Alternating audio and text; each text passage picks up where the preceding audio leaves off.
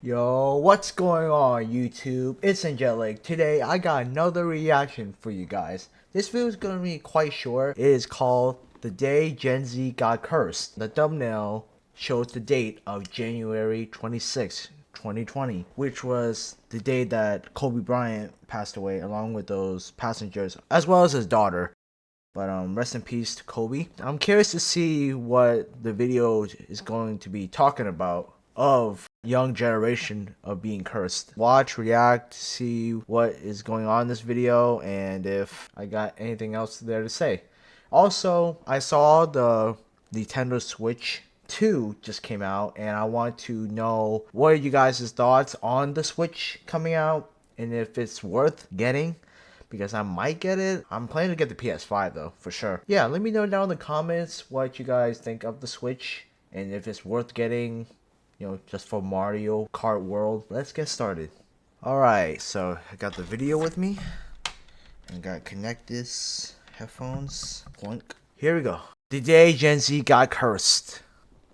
January 26th, 2020 was the day everything seemed to change for the worse. It also happened to be my 15th birthday. I can't seem to remember much about the day other than the fact that I was scrambling to finish my science fair project for school. And oh yeah, one of my childhood heroes died in a helicopter crash with his daughter. Yeah. I can still feel the shock of my brother texting me RIP Kobe and the subsequent Google search confirming the news. My family was never big on birthday celebrations, so I didn't have a big party to look forward to, spending much of the day coming to grips with his passing. It was the first time a celebrity death seemed to have any real impact on my emotional state. I wasn't immediately overwhelmed by grief or sadness. Honestly, after I got the news, everything just felt off. I felt a deep pit in my stomach that persisted for the rest of the day, and I had trouble focusing on my science project. Unfortunately, this feeling did not subside, and the coming week I was filled with a similar strange pit in my stomach, as well as a more bleak outlook on life. The first semester of 9th grade, I had a blast. Starting high school, making friends, it was a time of much optimism. But after Kobe passed, it felt like the joy in the world went with him. A month later, we all know what happened. All of a sudden, we were stuck inside. I'd made great strides to socialize and make friends my freshman year, and now the only communication I could have with them was over Discord. The rest of 2020 and 2021 ended up being the worst time of my life. Not because I remember it as particularly bad, but because I can hardly remember it at all. I can't recall any significant memories from that time of my life other than Zoom classes and watching movies in my bedroom. The isolation got to me bad. I know this because of the media I consumed. BoJack Horseman, Blue is the Warmest Color, Manchester by the Sea, Requiem for a Dream, Black Swan, Perfect Blue, Archie's Final Project. All of these are great pieces of art, but were terrible picks for an isolated high schooler who was still trying to figure out life.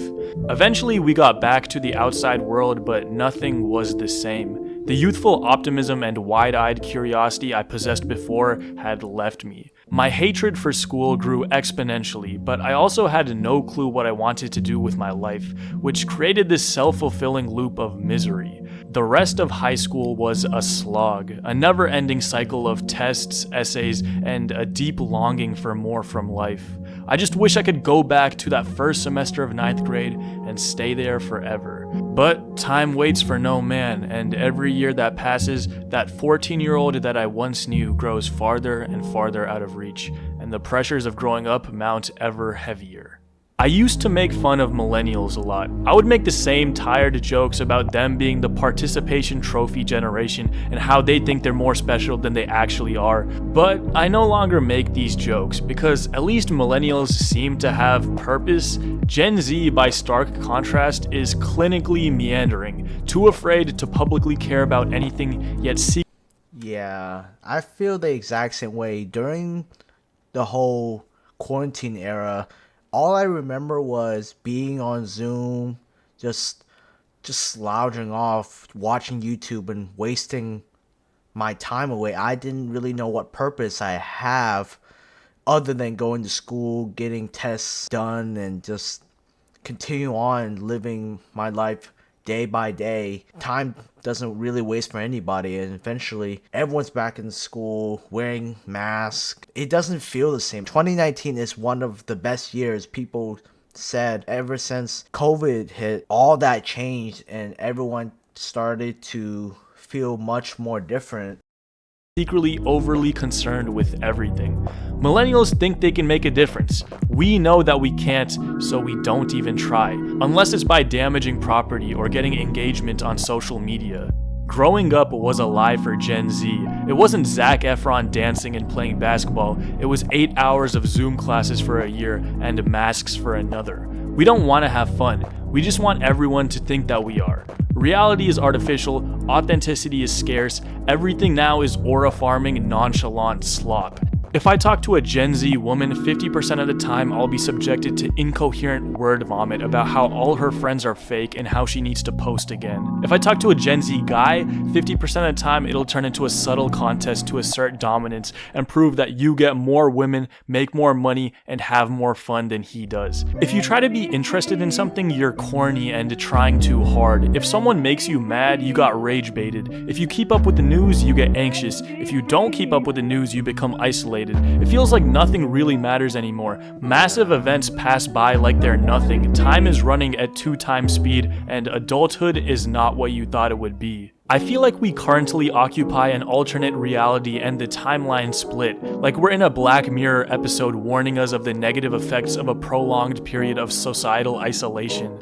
Sometimes when I'm sitting alone, I imagine myself going back to January 25th, 2020, the night LeBron passed Kobe on the all-time scorers list, and I could just warn him that I could prevent the imminent tragedy from happening. I didn't realize what Kobe Bryant meant to me until he was gone. You see, I grew up a Dallas Mavericks fan, so I spent my entire childhood rooting against Kobe whenever he'd play my team. It wasn't until his retirement that I found myself watching all of his interviews and falling in love with his mindset and approach to life. He represented everything that I aspired to be like: driven, obsessive, thoughtful, curious, a man who spoke through his actions, and he will forever have a special place in my memory because of that.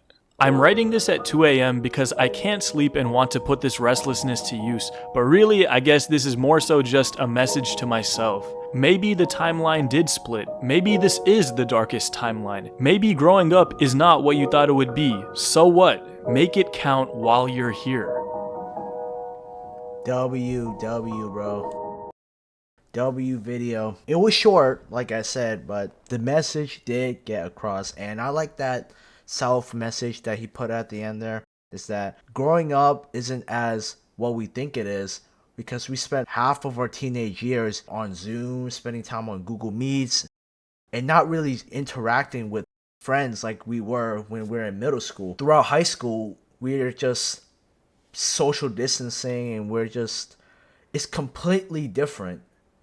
And I understand that, because during that awful time, everything has changed. You kind of look at the world different. You start to develop your sixth sense in a way. I would like to hear you guys' thoughts on what you guys think of this video, and if he was right on some parts or what parts he got wrong. Is it really bad for Gen Z to continue to be this way? Is it possible that we can go back to the time where everyone was going outside, everyone was being the fullest of themselves? I really want that. I really want for us to go outside, to talk to each other, and not have this fake on persona. Everything is fake nowadays. That's why it's better to spend time off of the internet than to be on it 24/7. Because you're on the internet for so long, it does take a heavy toll on you mentally.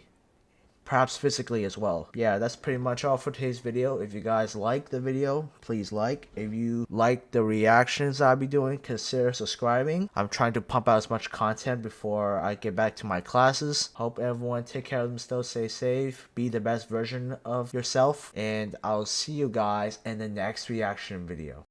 Peace out.